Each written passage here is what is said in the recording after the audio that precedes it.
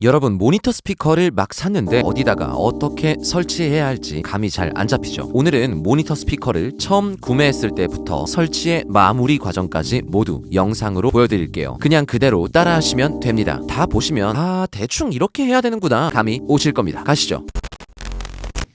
우스의 홈레코딩 컨텐츠를 진행하면서 모니터링 시스템을 갖추는 법에 대한 질문이 굉장히 많았던 것 같습니다. 모니터링 시스템을 갖추는 건 굉장히 예민하고 중요한 파트이기 때문이겠죠? 오늘은 여러분들께 저의 뒤에 이렇게 보이는 두 개의 스피커를 해체하고 다시 설치하는 과정을 보여드릴 텐데요. 깔끔하게 7가지 스텝을 똑같이 따라하시기만 하면 됩니다. 그럼 가시죠.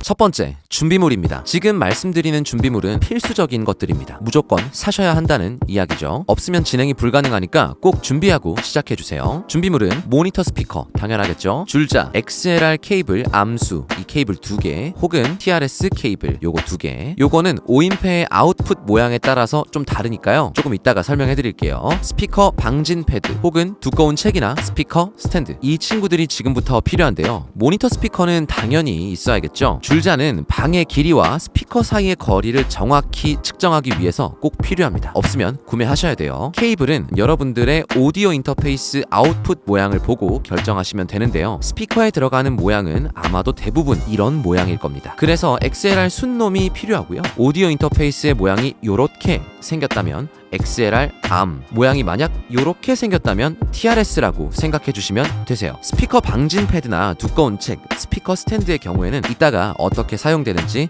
설명해 드릴게요. 자, 이런 이유로 설명해 드린 친구들이 필요한 거고요. 준비물은 무조건 다 챙기고 다음 스텝으로 넘어가겠습니다. 아시겠죠? 두 번째, 스피커를 놓을 대략적인 위치 선정. 어쩌면 이 부분은 가장 중요한 부분입니다. 한번 스피커 세팅을 하고 나서 잘못된 것 같은데 하고 바꾸려면 이거 엄청 큰일이거든요. 거의 하루 종일 걸려요. 케이블 정리, 책상 정리, 5인패와 다른 친구들의 배치까지 정신이 하나도 없기 때문에 웬만하면 처음에 잘 세팅하는 게 정말로 중요합니다. 제대로 된 스피커 세팅을 하게 되면 이게 같은 스피커가 맞나 싶을 만큼 좋은 소리를 들려줍니다. 웬만한 모니터 스피커는 대부분 그래요. 소리가 나가는 원리에 대해서 아주 간단하게 이해하고 상상해 보시면 좋은데요. 이 중음과 고음은 이렇게 앞으로 밀고 나오는 형태라면 저음은 사방으로 퍼지는 형태에 가깝습니다. 그래서 자칫하면 소리가 좀 빙글빙글 돌게 돼요. 흔히 이걸 부밍 현상이라고 합니다. 그렇기 때문에 스피커의 한쪽 벽면만 막혀 있다거나 서랍장 안에 넣어서 배치한다거나 하면 양쪽 소리를 다르게 듣게 되거나 스피커의 능력치를 한계치까지 끌어올려서 사용할 수 없게 되겠죠. 그러니까 최대한 밸런스가 잘 맞는 면을 찾아서 대략적인 위치를 선정하는 게 중요합니다.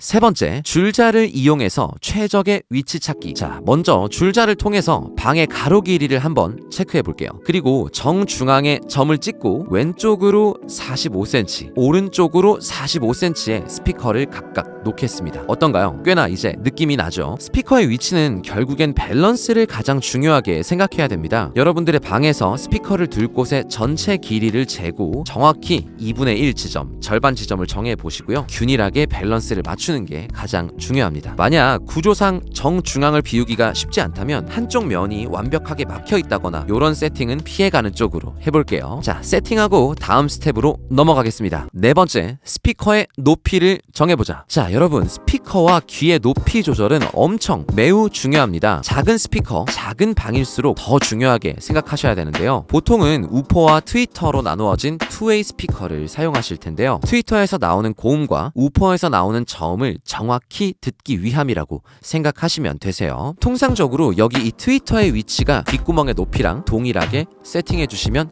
끝. 방진 패드나 스피커 스탠드, 이 두꺼운 책 뭐든 좋으니까 트위터의 위치를 지금 한번 맞춰보세요. 당연히 양쪽은 똑같아야겠죠? 세팅이 끝났다면 이제 다음 스텝으로 가볼게요. 다섯 번째, 스피커의 각도. 아마 들어보신 분들도 계실 거예요. 정답을 먼저 말씀드리면 스피커와 나의 머리통을 정확하게 정삼각형 구도로 맞추는 작업입니다. 이렇게 정확하게 세팅을 해주게 된다면 음상이 자연스럽게 이렇게 중앙에 맺히게 돼요. 스피커에서 나온 소리는 직접음과 반사음이라는 친구가 있는데요. 직접음은 말 그대로 스피커에서 나온 소리가 내 귀에 다이렉트로 꽂히는 소리라면, 반사음은 우리 주변의 벽면을 통해 반사된 소리를 이야기하는 거죠. 여기서 우리는 최대한 반사음을 자제하고 직접음을 잘 듣기 위해 각도를 조절한다고 생각하시면 됩니다. 저는 굳이 각도기까지 쓸 필요가 있나 싶지만 있으면 좋겠 좋기는 한데 저는 일단 안 쓰겠습니다. 귀찮으니까요. 정말 예민하신 분들은 사용하시는 걸 추천합니다. 자, 해결되었다면 다음 스텝으로 6번째, 케이블 연결. 오디오 인터페이스에 따라 다르겠지만 대부분의 오디오 인터페이스는 두 가지로 나뉘게 되는데요. XLR 케이블 연결이 아니면 TRS 케이블 형태의 연결이죠. 전제를 하나 깔고 가자면 오디오 인터페이스에서 나온 소리를 스피커에 쏴준다 라는 개념으로 생각하시면 간단합니다. 오디오 인터페이스의 아웃풋 모양을 확인하시고 이렇게 연결해 주시면 되는데요. 보통은 아웃풋 1은 왼쪽, 아웃풋 2는 오른쪽, 혹은 L, R, 그러니까 레프트 라이트로 표기되어 있을 거예요. 자, 연결까지 완료했다면 이제